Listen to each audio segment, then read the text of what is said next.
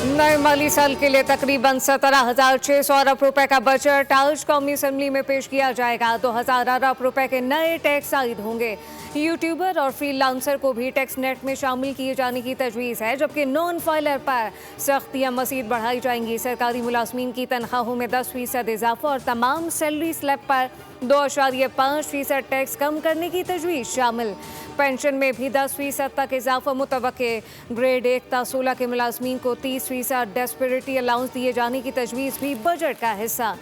Pensioner के लिए भी 10% इजाफे का इम्कान। नॉन फाइलर के लिए बैंक से 50,000 रुपये से ज़्यादा कैश निकलवाने पर टैक्स की शरह 0.6% से बढ़ाकर 1.2% किए जाने की तजवीज़ शामिल। नॉन फाइलर से GST 18 से बढ़ाकर 20% किए जाने का इम्कान।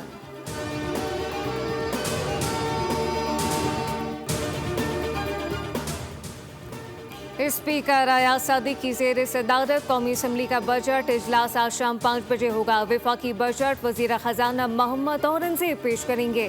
13 जून को कौमी असम्बली में वफाकी बजट पर बहस का आगाज़ होगा। कौमी असम्बली में मौजूद पार्लिमानी जमातों को कवायद व ज़वाबित के मुताबिक बहस के लिए वक्त दिया जाएगा। वफाकी बजट पर बहस 21 जून तक जारी रहेगी, जबकि एक दिन के वक्फे के बाद 23 जून को माली साल 2025-26 के लिए मुख्तस ज़रूरी अखराजात पर बहस होगी।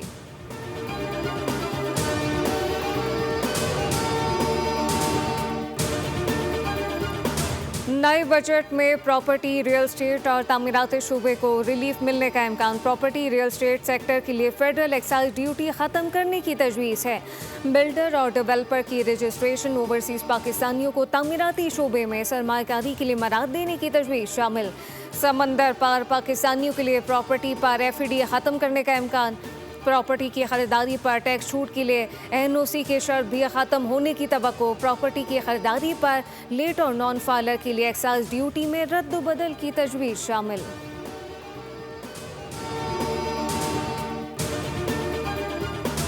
हुकूमत का बजट में पुरानी गाड़ियां सस्ती करने पर गौर। IMF को पुरानी गाड़ियों की दरामद पर टैक्सेस कम करने की तजवीज़ दी गई। आइंदा बजट में 5 साल पुरानी गाड़ियों की दरामद की तजवीज़ है, जबकि गाड़ियों पर एडिशनल कस्टम ड्यूटी भी मरहलावार ख़त्म करने के साथ रेगुलेटरी ड्यूटी में भी कमी की सिफारिश की गई। ऑटो सेक्टर पर नई रेगुलेटरी ड्यूटी लागू न करने की सिफारिश की गई, जबकि पुरानी गाड़ियों पर टैरिफ सालाना 10% कम करने की तजवीज़ है। ऑटो सेक्टर पर नॉन टैरिफ रुकावटों को ख़त्म करने की सिफारिश है और 2030 तक ऑटो सेक्टर पर औसतन टैरिफ 6% से कम करने की सिफारिश की गई।